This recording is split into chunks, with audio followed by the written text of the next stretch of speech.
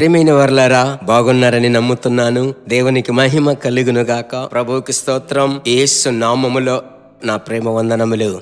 దేవుడు దయాళుడు. ప్రియులారా, ఈ దినాలలో మనకున్నటువంటి ఒకే ఒక బలం, ఆదరణ, మనలను ప్రోత్సాహపరిచేటువంటి వాక్యములు, పరిశుద్ధాత్మ నింపుదలే. మనతో ఉన్నప్పుడు ఏదైనా మనము సమాలించగలము. మనము దేవుని చేత ఆశీర్వదింపబడిన వారము. మీరు చెప్పాలి, ఉదయమే నేను ప్రభువు చేత ఆశీర్వదింపబడిన వాడును. ఆమేన్. దేవా, నీకు సాటి అయిన వారెవరు అని ప్రభువుని మీరు ఒకసారి స్తుతిస్తే బాగుంటుంది. సరే, ప్రియమైన వారలారా, ఈ దినమునకు సంబంధించిన ప్రవచన వాక్కు యోహాను 17వ అధ్యాయము 17వ వచనము. మీ సత్యమందు వారిని పరిశుద్ధపరచుము, నీ వాక్యమందు వారిని ప్రతిష్ఠ చేయుము. పరిశుద్ధాత్ముడు, ఆయనకి ఇంకొక పేరు సత్యస్వరూపి. ఈ వాక్యములన్నీ పరిశుద్ధాత్ముని చేత ప్రేరేపింపబడి పరిశుద్ధులు వ్రాశారు. ఇది సాధారణమైనటువంటి కనుదృష్టితో మనము చదివామంటే అలాగే చదువుతూ వెళ్ళగలమే తప్ప మరుగై ఉన్నటువంటి లోతైనటువంటి అర్థములు, వివరములు, దాని యొక్క మహిమ కలిగినటువంటి కృపలు మనము కనుగొనలేము. అలాగైతే సత్యస్వరూపియగు ఆత్మయలో మనము నింపబడి, ప్రభువా, నేనిప్పుడు బైబిల్ చదవబోతున్నాను, మీ వాక్యము చేత నన్ను ఆశీర్వదించు అన్నట్లు నీ వాక్యము నన్ను పరిశుద్ధపరచాలయ్యా. అదే వాక్యము సెలవిస్తుంది. సత్యమందు వారిని ప్రతిష్ఠ చేయుము. అనుదినము మనము కడగబడుతూనే ఉండాలి. ఎందుకంటే ఒకసారి రక్షింపబడ్డాం, మరలా ఎందుకు అలా చెప్పాలని మీరు ఆలోచించవచ్చు.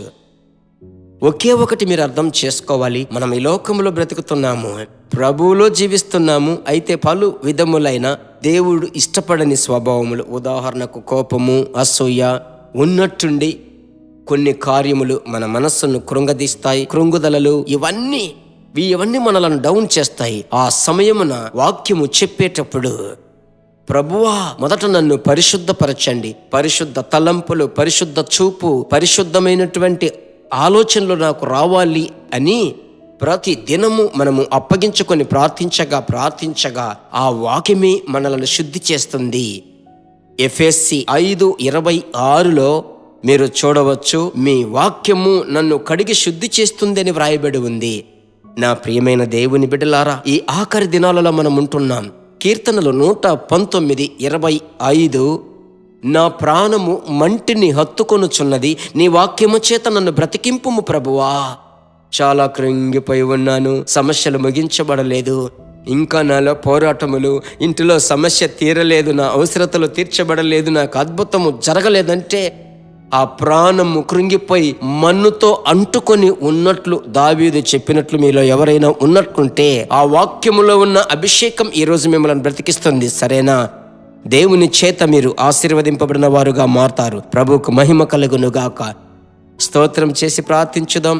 ప్రభువా, మీ వాక్యము చేత నా కుటుంబమును, నా ప్రాణాత్మ శరీరమును మీరు పరిశుద్ధపరచబోతున్నారు. చేతులు పైకెత్తి, అవును తండ్రి, ఈ దినముకై మీకు స్తోత్రం. 12వ తేదీ జనవరి నెల మీ నామములో ప్రార్థిస్తున్నాము తండ్రి. పరిశుద్ధుడు ఇంకనూ పరిశుద్ధుడుగా ఉండనిమ్ము, నీతిమంతుడు ఇంకనూ నీతిమంతుడుగా ఉండనిమ్ము అని చెప్పిన ప్రభువా, నూతన బలము చేత, నూతన కృపచేత మమ్మలను నింపుతున్నందుకు స్తోత్రం తండ్రి. మీరు కోరుకున్న పరిశుద్ధ జీవితము జీవించుటకు నన్ను నీ సన్నిధికి అప్పగించుకొని ప్రార్థిస్తున్నాను అని చెప్పుదాం. అవును ప్రభువా, సమర్పించుకొని ప్రార్థిస్తున్నాం. మీ బిడ్డల యొక్క అందరి పరిశుద్ధ జీవితముకై స్తోత్రం. పరిశుద్ధతకు విరోధముగా పోరాడుచున్న శరీర వాంఛలు, లోకపు ఆత్మలు జయించుటకు మీ బిడ్డలకు సహాయం చేయండి.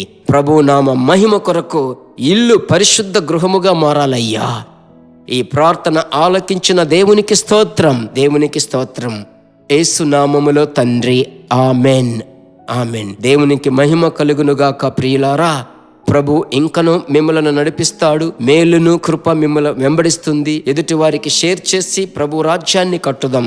దేవుని నామం మహిమపరచబడుతుంది. హిందీ భాషలో వింటున్న వారి కొరకు మనమందరం ఎక్కువగా ప్రార్థించుదాం. Thank you. God bless you. దేవుని బిడ్డలారా, ఈ వర్తమానము మీకు మిక్కిలి ఆశీర్వాదకరముగా ఉందని మేము నమ్ముచున్నాము. ఇంకనూ మా వర్తమానములను విని ప్రభువులు ఆశీర్వదింపబడుటకు జీసస్ మీట్స్ మినిస్ట్రీస్ అను మా యూట్యూబ్ ఛానల్ ను సబ్స్క్రైబ్ చేయండి. మరియు మా ప్రార్థన సహాయముకై మీరు సంప్రదించవలసిన మా ఫోన్ నెంబర్ 9841425286 మరియు 7295463633. Email gpsrobinson@hotmail.com. ప్రభు మిమ్మును ఆశీర్వదించునుగాక.